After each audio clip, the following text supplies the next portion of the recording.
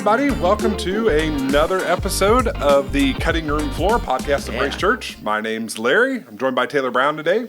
Hello, all. Privileged to be two of your pastors, and things are getting back to normal. It feels nice to be back in this room. Yeah. So, like 2 podcasts ago, Taylor Foley and I are riding around in my car. And, that's great. And then post-hurricane, we just replayed Wes's message. And then before that, we were on Zoom. That's right. Storm. It wasn't a storm. I refused. Oh, that's right. That was the Saints game. I forgot. I refused to be in the room with you. And just a fun fact, or not so fun fact, the Saints have not won a game since that time. No, it's been awful. That's been bad. We're total posers. What a start. Thank you for beating Dallas, though.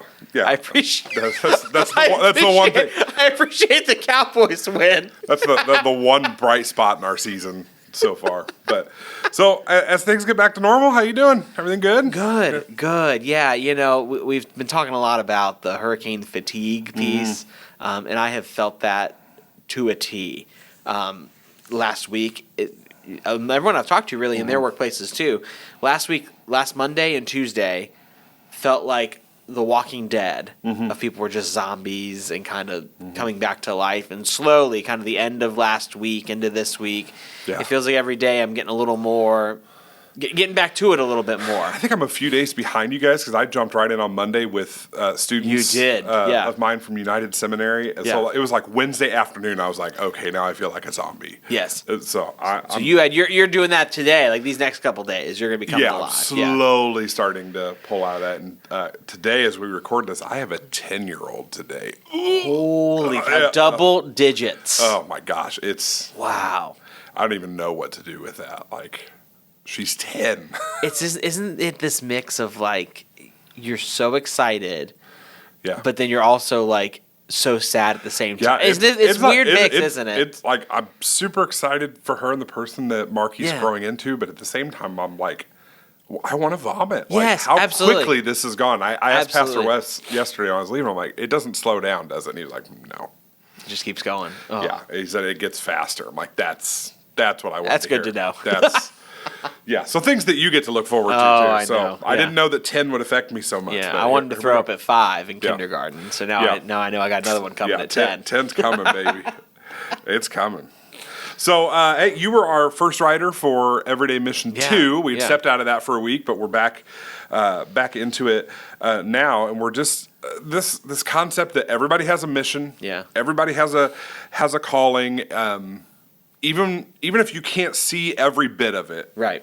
We talked a lot this week about moving through it. So you started us off talking about your grandmother's puzzle building habits. Yes. And I remember my grandma, Frank, always did jigsaw puzzles too, and always wanted me to work them with her. Yeah. The only problem with that is I think I'd rather have a toothpick through my eye than do a puzzle. Yep. But you had a different experience with it. So can you tell us how that analogy connects to our relationship with understanding God's calling? Yeah. So when it comes to the puzzle, and we would do like 750,000 piece puzzles. Like we weren't, Grandma Brown wasn't a slouch. Grandma Brown liked to put it all together. Yeah. So she would, she'd have the puzzle out, and she had this big card table, in her room. She'd have the puzzle on, and there'd be all the pieces, all 1,000 pieces when she first dumps it out, and she would have this lesson for me every time, in addition to make sure you find the edge pieces, make sure you find this or that. Her big advice was always, you got to look at the box for the bigger picture. And so she'd prop the box up somewhere, with which always has the picture of the puzzle on the front, and she would look at the box and look down at the pieces and begin to kind of see where each thing would go and where this person was or whatever the case was. And for me, thinking back on that, I'm like, that's so true for God's calling, because there's so much of at least my life. I'll speak my own experience, and I think this is true for everyone though. So much of our own lives, when God calls us to something, we might know the bigger picture, the ultimate thing he's calling us to. But when it comes to the step 1, step 2, left turn, right turn to get there, that's the part we don't know. And in thinking about this sermon, thinking about that idea, I thought back to the 1,000 puzzle pieces sitting there, and we're having to put all these together, but yet we're not doing it by ourselves. We're not doing it without any guidance. We do know a bigger picture. We know what it's supposed to look like. And so for me, it's when I think of God's calling, especially for my own story, and we'll get to that in a little bit, but I remember that bigger picture, that thing he called me to, even though I didn't know how step 1, 2, 3, 4, and 5 would look to get there. And I can trust in the bigger picture in that moment. Okay. And you also talked a lot about unknowns and how uncomfortable we are with the unknowns. And like these surprise vacation concepts. Yes. So where are you at on that whole thing? Is that something that excites you? Yes. Or? So surprise vacation. Let me define it. So surprise vacation. You can buy a thing now where someone will literally plan a vacation for you.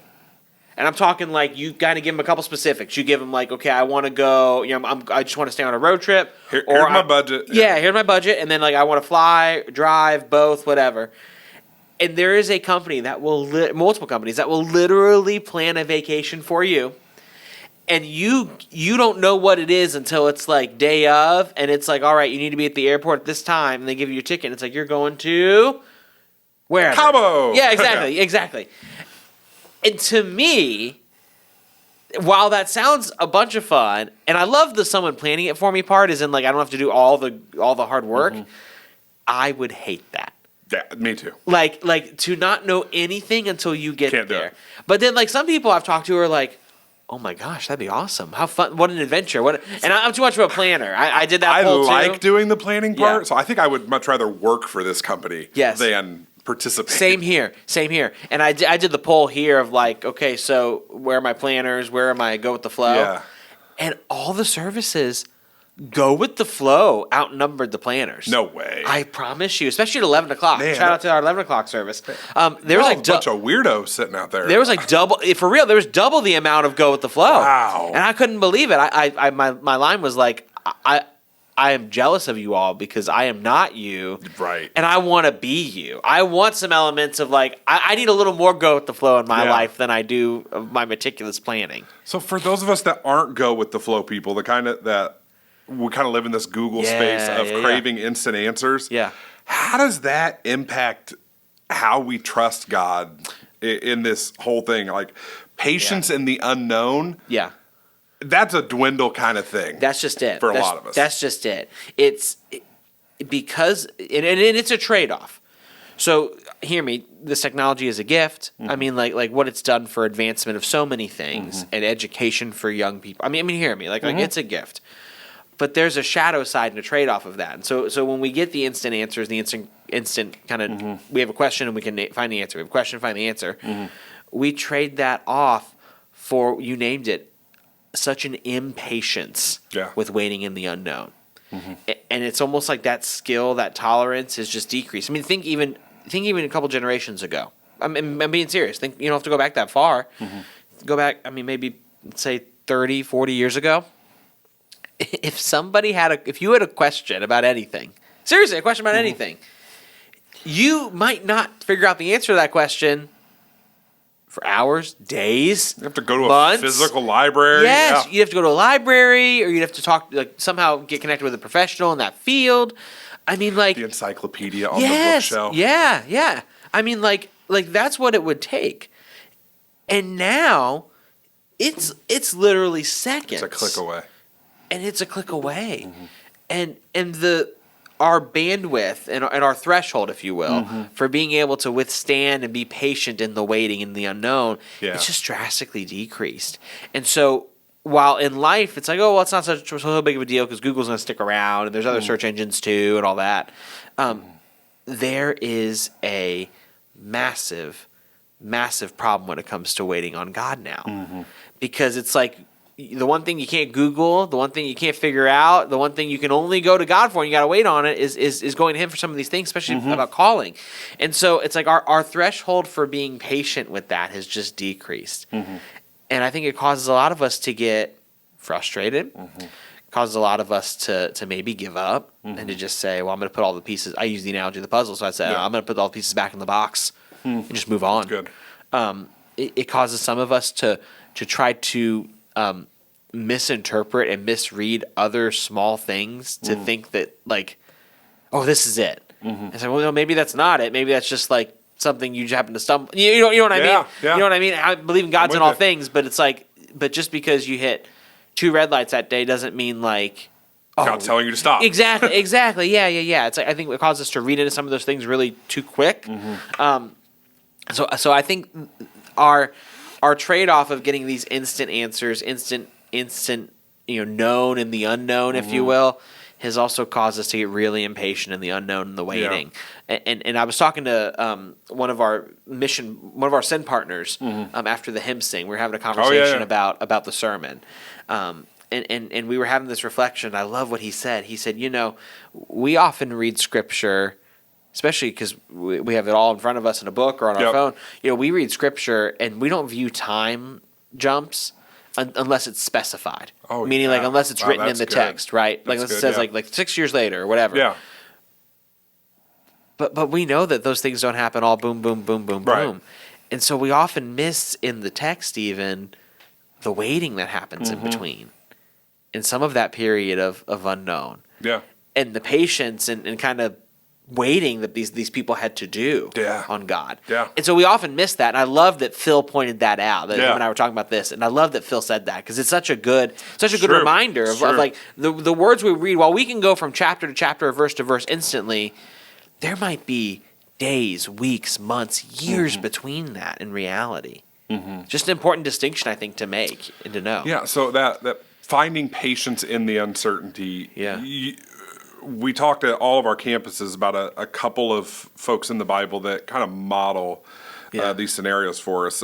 With Abram's call in Genesis and Paul in Ephesians. How do you think Abram's journey into the unknown at the age of 75, which when I said that at Central, people were like, oh. At 75, how do you think that parallels the experiences that we face today with answering God's call and the uncertainty and expectation and things like that? Yeah, in a couple ways, I'd say, and I'll talk about both Abram and Paul. So for Abram, it's really this theme of like, it's never too late. Yeah, it's never too late. Because Abram, you're 75, and I know people were like, oh well, they lived longer back then. Yes, but like 75 is still 75. like no matter how you slice it, like that's still there's a margin of error here, but it's not huge. Right, exactly. Yeah, it's still a significant amount of time that Abram had lived. Yes, exactly. So we can get into the weeds of it, but it's like it's still the point being he's still dude's old. On the other side of his life, and so there's this idea of like for a lot of us, especially in our American culture, a lot of the time there's this idea of like, well, I got to figure out the calling stuff now. 20s, 30s, right now, maybe 40s. 40s I'm too late. Like we kind of get that that kind of no, it's never too late. It's never too late because God's a God who's at work. God's a God who, when we can't see it, He is working. He's always at work. And so it's never too late. That's, I think, for Abram's story and about that patience and waiting, it's never too late. That if you're sitting there going, well, I haven't heard it yet, or I haven't figured it out yet, and I just want to give up and I want to forget about it. No, stay patient. Stay waiting on God. Stay open to Him and open to what He might do. I think for Abram, when I think about his story and his circumstances, that's a big one. And then for Paul and Saul, real quick, because his life was Saul, totally different calling, completely inverts, and now so much so he needed a new name, and his name's Paul. I think there's this really awesome lesson in there of it's not too late time-wise. I said it's not too late for Abram. We're talking about time. But it's not too late kind of circumstance-wise either. Like your life could be going in the literal opposite direction of God. And I know, especially at Grace Church, man, we got people who are amening this right now, talking about their story of their life was going in the opposite direction of God. Right. And they have, like Saul did, they have this life-changing encounter with Christ, and it completely gives them a new calling and new purpose. Yeah. And so I'm not talking it's not just too late in time. It's not too late for the circumstances and situation of your life. Of whatever your life looks like, no matter what it did look like, you're not disqualified. That God has a calling for you. He wants to give you an everyday mission to live with. And I think that's just a huge reminder today for people that are listening, for people that are just, maybe they think that because of their past, well, God didn't have that for them now. Yeah. Or maybe people listening that are like, still struggling with life's going in the other direction of God.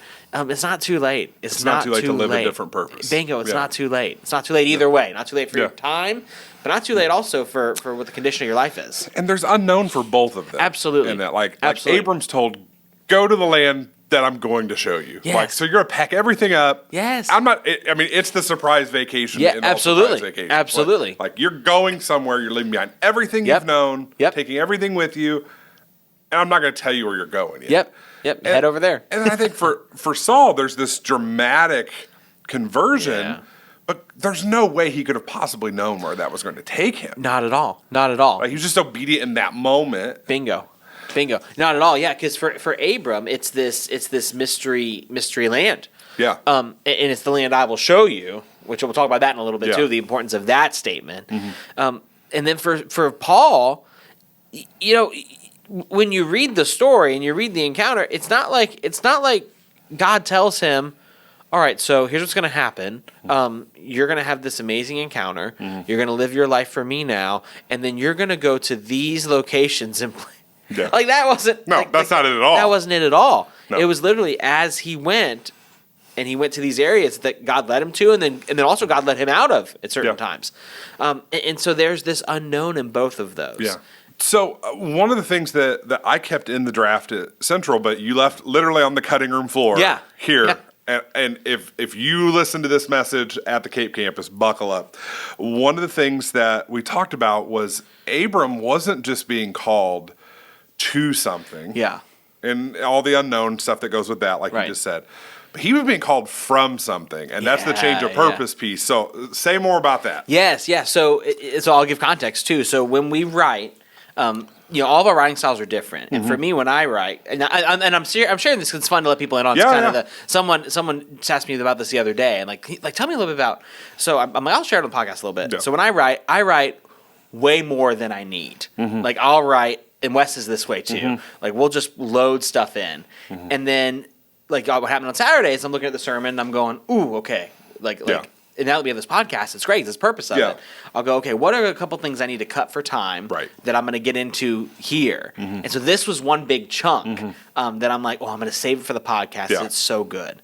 So that's a little about our writing style, our process. Yeah. It's always fun to get into that stuff, I think when any of us first write, we do that because you never know what the second writers need. So as I'm reading that in your draft, I'm going, I gotta use like context-wise, it's Central. Like talk about being called from something. Absolutely, I was like that's got to stay. So, absolutely. So that was the whole concept of starting this podcast. Yeah, you never know what really good stuff that we've talked about in teaching team that we've spent that ends up on the cutting room floor for time's sake or context sake. Exactly. So now we get to dive into it. Yeah. Okay. So hit us with it. So.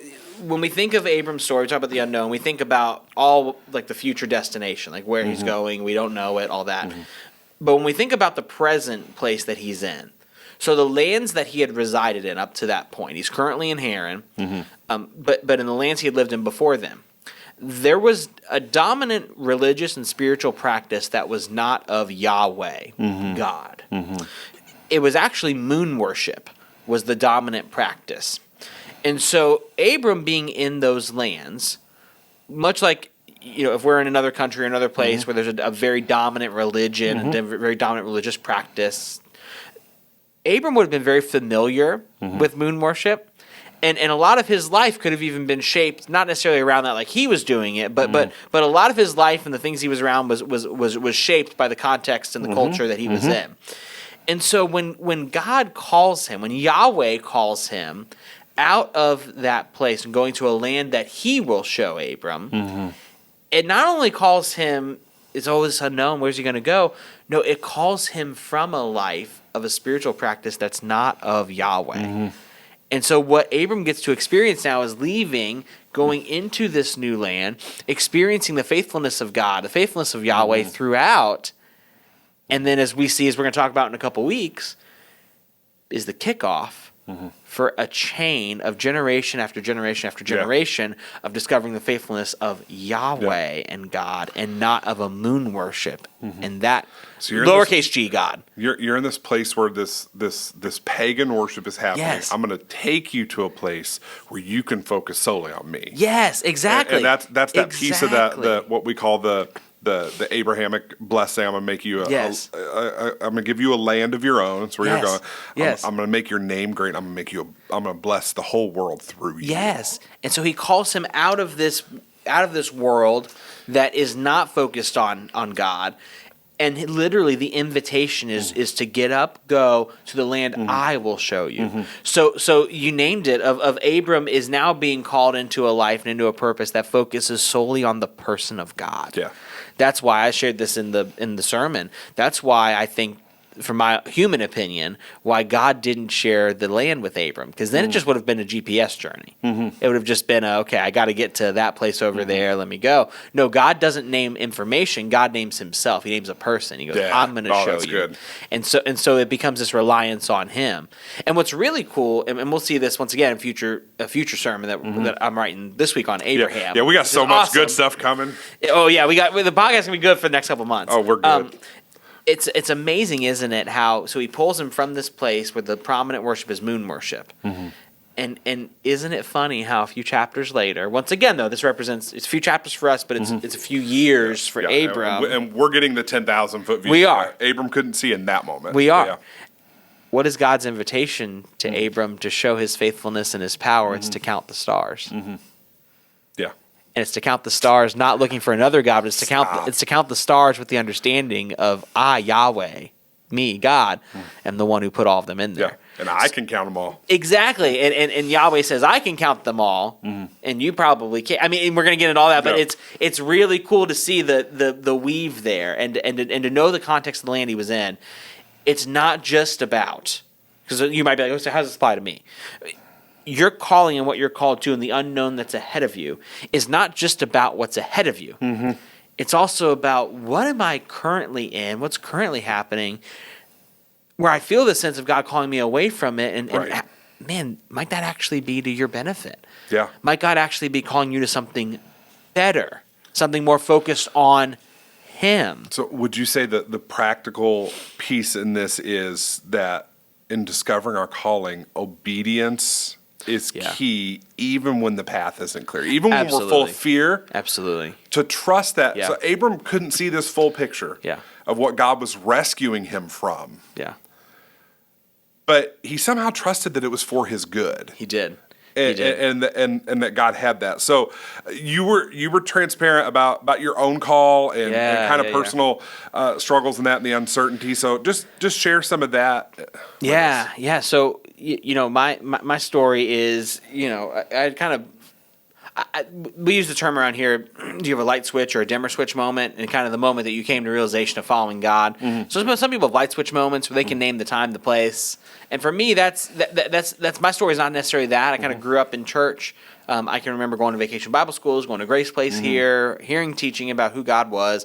At some point along the line, I invited Jesus to be my forever friend. So that part is more like a dimmer switch for me. And what a dimmer switch is, a dimmer switch has kind of like you see on some of the ones that are knobs that turn. Yes. You kind of see each level, right? Like 1, 2, 3, 4, 5 for brightness. And so for me, I like to say like my yes to Jesus was a dimmer switch, where it's like somewhere along the line it happened. But there are pivotal moments that make up each of those lines. Right. And so for me, my calling into ministry was one of those moments. So I'm a sophomore going into junior in high school. We're on a mission trip in Savannah, Georgia, and we're kind of in the debrief time on one night where it's like all these churches in one room, and a guy is teaching up front, and I'm sitting there, and it's the one time so far in my life I've heard the audible, out loud voice of God. So God mostly speaks to me through thoughts, impressions, even other people. But this is the one time I heard the audible, out loud voice of God. And it said, "This is what I want you to do." And it was so loud that I looked at my friend and was like, "Was that you?" Yeah, and he was looking at me like, "What?" Yeah. Like, and so I looked ahead, and like I had literally in my head, I was like, "That was weird. What was that?" And like it happened again. It said, "This is what I want you to do." And I knew at that moment that that was God. And so Heather was our youth pastor at the time, and so I talked to Heather afterward, and I said this thing happened, and I don't know what I don't know what this means. And to Heather's credit, what she did instantly is to go, all right, so here's what you're going to do.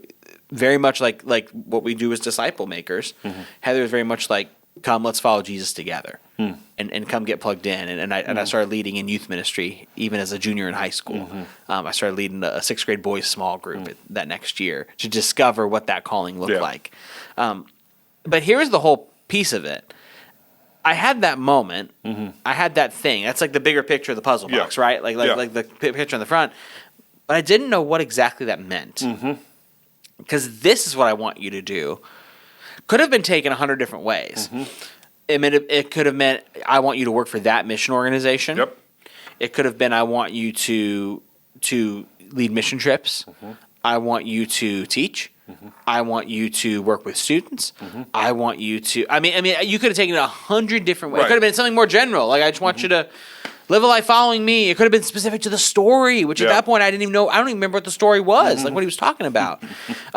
And so for me, it was, I had this bigger picture, but exactly how it lived out was so murky. It was I didn't know. Discover that. Yes, and that was the discovery piece of literally it was just step by step, moment by moment, as God led along the way. I began to figure out more and more what that looked like. Yeah. And then years later, so fast forward, that's sophomore into junior year of high school. Now let's talk sophomore year of college. So we're talking 4 or 5 years later at this point. It's one day, somewhere in December of that year. So I'm like almost in between. Or maybe it was November, but it was like somewhere. I was almost in between semesters, second year. I have one day where I'm going over the other coast of Florida to visit family, and then I'm coming back that night. 3 different people in 3 different locations that day. It said to me, God's calling you to graduate college early and to go work for the local church. And some of them were, and this wasn't like people who knew the whole story. Like one was just pointed to someone who it was a family member of mine who was like a new family member. They'd married in, and we were talking and just getting to know each other really. And she went to church. She was a believer, followed Jesus. And she just point blank was like, I don't know why, but I feel like the Holy Spirit's telling me to tell you that I think you might need to. You can graduate early, like just finish early, and then there's something with the local church for you.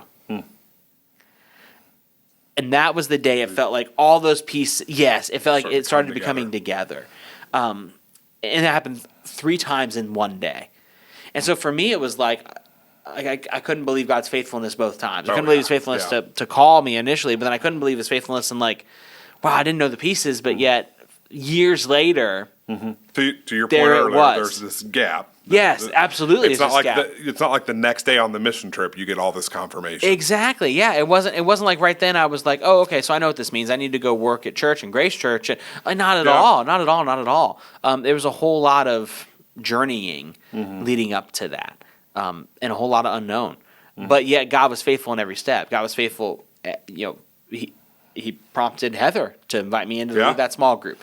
That was a huge step. Yeah. I mean, like all these little things that happened. I got to share my testimony later that junior year. I'll never forget that, a youth group. Yeah. Where I was able to do that as I think a junior or a senior. I did that either that year or the next year. That was a huge like all these things happened that allowed me to really begin to discover that. So just another step into the unknown and absolutely. So our kind of big takeaway from the message was I can trust God's calling even in the unknown. Yeah. What would you say to someone who's struggling to trust that God is even leading them, especially when they don't feel like they have clarity on what He's calling them to do? Absolutely. And I would say it's a theme that we see God remind the followers of Him in the Old Testament a lot, and it's to remember what He has done.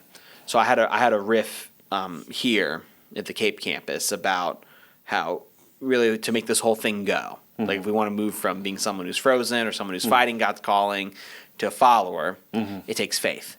And I talked about how there's this idea of faith is assurance in what we cannot see. But we put our faith not just in anything, not just any old unseen. We put our faith in the faithful one. And the reason God is the faithful one is we've seen what He has done. we've seen the things he has delivered on. We've seen the ways that he's redeemed us and saved us and rescued us. We've seen the ways that he has healed brokenness and he's changed lives. He has been faithful. He's delivered on his promises. He'll continue to deliver. And so what that means is we're putting our faith, our trust, our confidence and assurance in the unseen in someone who in return is faithful. And so for me, I think the biggest thing is someone who's on the fence about this. No, I'm not sure. I would say, remember where God has been faithful. Look back on your life. Listen to someone else tell you their story. One of the many reasons I love our recovery ministries here is it's full of that. Oh, yeah. It's full of somebody standing up talking about how God completely changed their life and rescued them. And it just brags on him. And it's a chance for me as I'm listening to some of these testimonies to go, God, you're faithful. Yeah. So I can today place my faith in you now for the future. So I think that's the biggest thing. I think is to remember that God is faithful. Remember what he's done for you and for others too. And trust that he'll do it again. Yes, and then he'll do it again, that he's not done, Yeah. that he's not absent, that he hasn't gone away, that he's still working now. Yeah, he doesn't take fishing trips. No, he doesn't take fishing trips or surprise vacations. Yeah. Or surprise. Thank God, because I'm not about the surprise vacation life. Well, hey, Taylor, this has been really good. Hope this has been helpful to you if you've been listening. Remember, give us a like, a review, a follow. Share it with somebody else that it might be helpful with. And we'll be back next week with Pastor Wes as we wrap up the series on Everyday Mission. Hope you're having a good week wherever you're at, and we'll see you soon. Bye now. See ya.